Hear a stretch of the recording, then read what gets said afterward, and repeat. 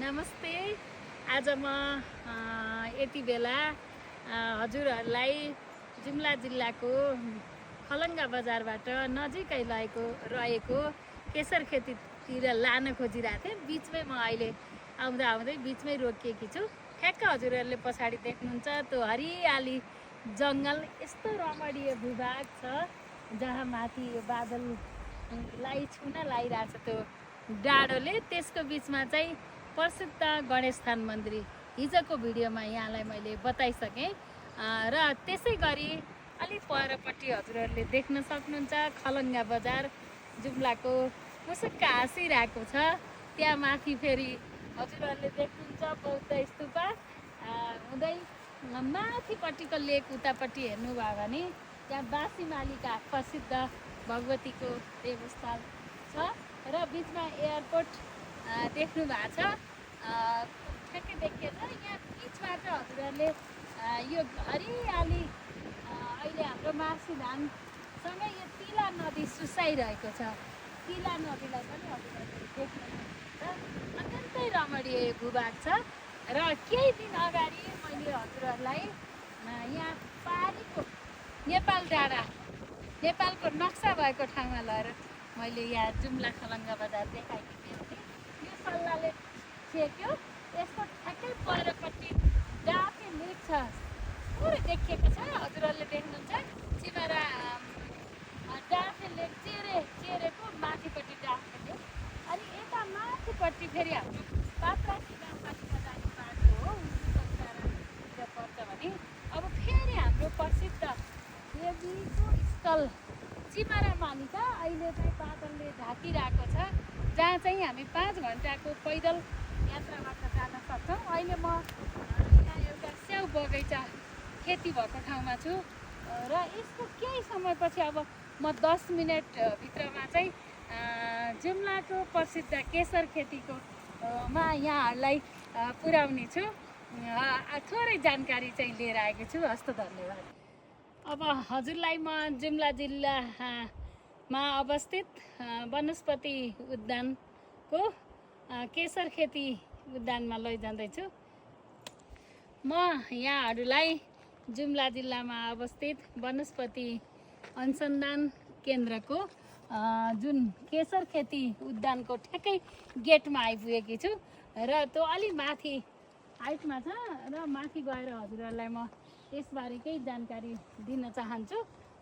यो वनस्पति अनुसन्धान केन्द्रको केशर खेती चाहिँ जुम्लामा अलिक प्रसिद्धि चाहिँ पाएको छ।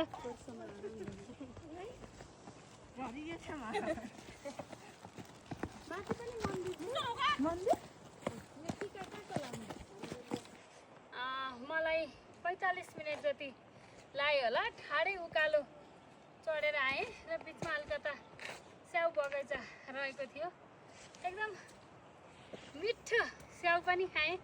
यहाँको चाहिँ आत्मीयता आउने पाहुनाहरूलाई चाहिँ स्याउ चाहिँ निःशुल्क खान पाइने रहेछ। स्याउ पनि खाइयो। अब यो केशर खेती उद्यानको गेटबाट माथि जाँदैछु।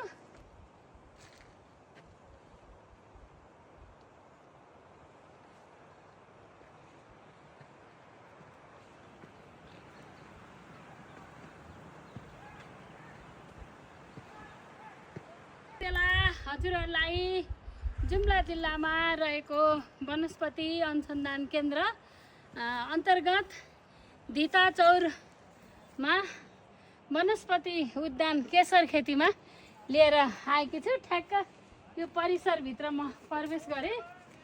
मलाई लगभग जुम्ला जिल्लाको खलङ्गाबाट यहाँ आइपुग्न 1.5 घन्टा लाग्यो पैदल यात्रा।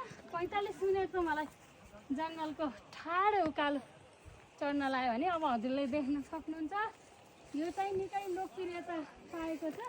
यो केशर खेतीले जुम्लाको धिताचौरको यो एरिया सबै कति छ बाँकी चाहिँ हामी यहाँको सरहरूसँग पनि सोध्छौँ।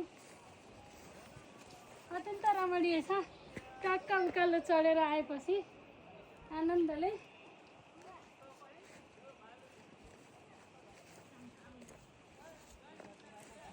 उद्यानमा आइपुगेँ। तर अहिले वरिपरि रमणीय स्थल छ। असाध्यै फुलहरू फुलिरहेका छन् चौरीमा। यति ठुलो भूभाग छ, तर कहाँनिर छ केशर भन्ने नै मैले थाहा पाउन सकिनँ। सायद यो केशर खेती भनेर भनिए तापनि त्यसलाई अलि राम्रोसँग उत्पादन गरेर अगाडि लान नसकिएको कि जस्तो लाग्यो। म अब यहाँ हिँडिरहेको छु, कहाँनिर केशर खेती छ भन्ने थाहा पाएको छैन। तर यी रङ्गीन फुलहरूले यो उद्यानलाई असाध्यै रमणीय बनाएको छ। हेर्नुहुन्छ हजुरहरूले, हामी यता पछाडि चिमरा मालिका, यता चिमरा मालिका, यता हाम्रो पछाडिपट्टि धिताचौर वनस्पति उद्यान जुम्लाको बोर्ड, अनि त्योभन्दा पछाडिको गणेश मन्दिर, हिजो हामी गएको जङ्गल तथा पर्यावरण मन्त्रालय वनस्पति विभाग अन्तर्गत धिताचौर वनस्पति उद्यान जुम्ला चाहिँ 56 सालमा स्थापना भएको रहेछ भनी हजुरहरूले देख्नुहुन्छ। उचाइ 2536 मिटरमा रहेको छ यो उद्यान। अत्यन्त रमणीय छ, अत्यन्त मनमोहक छ। यहाँको वातावरण एकदम स्वच्छ छ, यहाँको पर्यावरण आनन्दित, शीतलता। तर यो भित्र हो कि केशर खेती? भेटे भन्नुपर्छ। म त बुझ्दै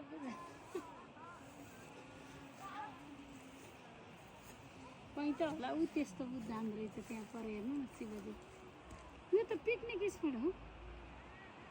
कसलाई सुन्नु कता छ?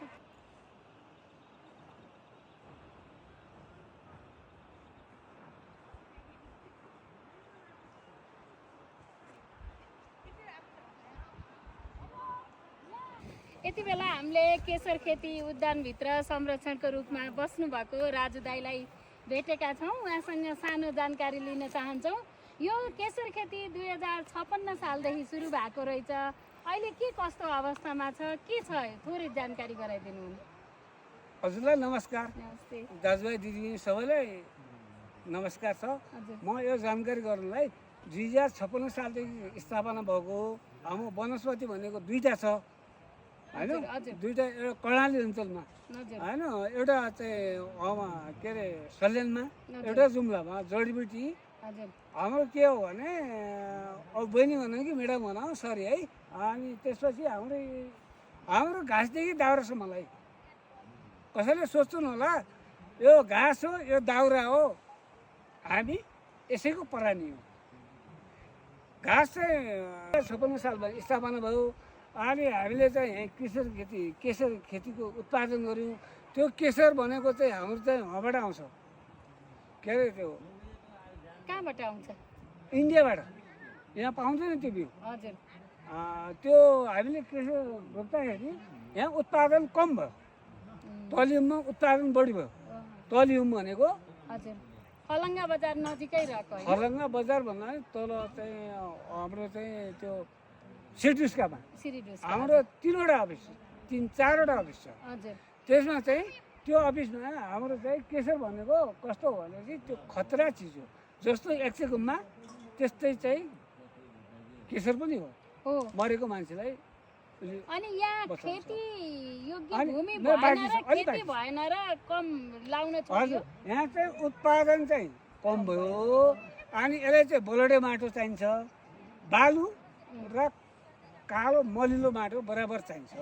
त्यो भएको हुनाले अब हाम्रो चाहिँ भदौमा संरक्षण गर्छौँ, हामी रोप्छौँ। भदौमा रोप्छौँ, भदौ असोज कार्तिक होइन।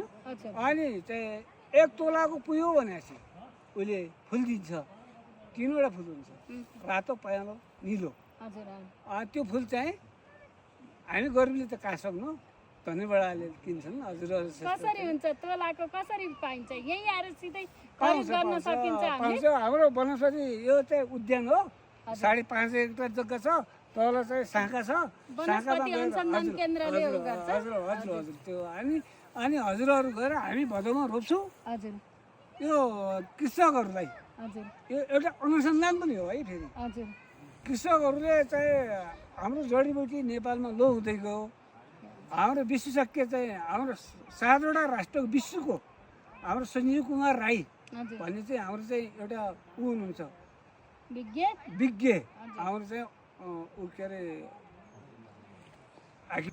असोज कार्तिक मुसिरसम्म चाहिँ त्यो 1 तोलाको भयो भने फुल दिन्छ, 1 तोला भएन भने त्यसले तल कम भयो भने त्यसले बच्चा उत्पादन गर्छ।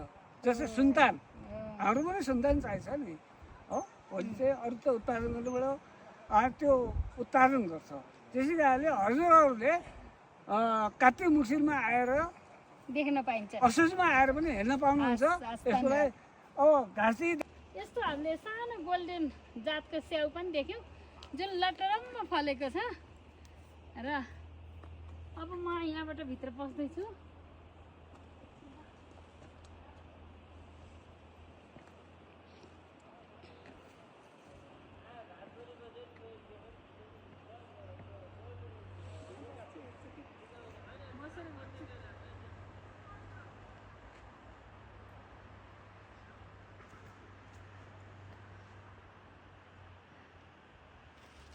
यो मेरो पछाडि हजुरहरूले देख्न सक्नुहुन्छ भए स्टार्टिङ मेरो पछाडि रहेको हजुरहरूले देख्न सक्नुहुन्छ यो कान्जिरौवा हिमालको एउटा नमुना बनाइदिनु भएको रहेछ।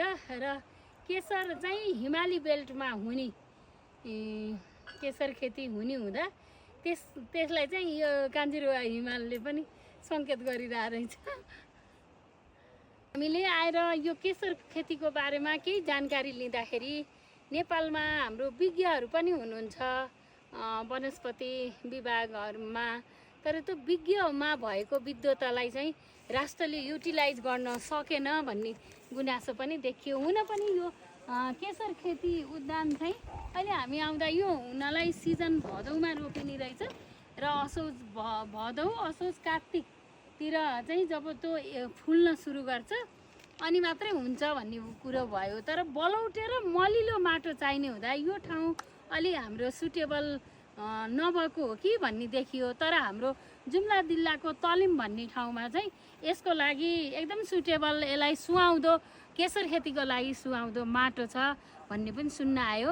अब हामीले हाम्रो नेपाल सरकारले के गर्नुपर्छ भने तिनै तहको सरकारले कहाँ यसको आवश्यकता पहिचान गरेर यसमा विशेष जोड दिएर केसर खेतीलाई अगाडि बढाउन सक्यो भने पक्कै पनि आय आर्जन चाहिँ बढ्नेछ र समृद्ध नेपालको सपना पुरा हुनेछ। छोटो जानकारी ल्याएँ, यसको लागि धन्यवाद।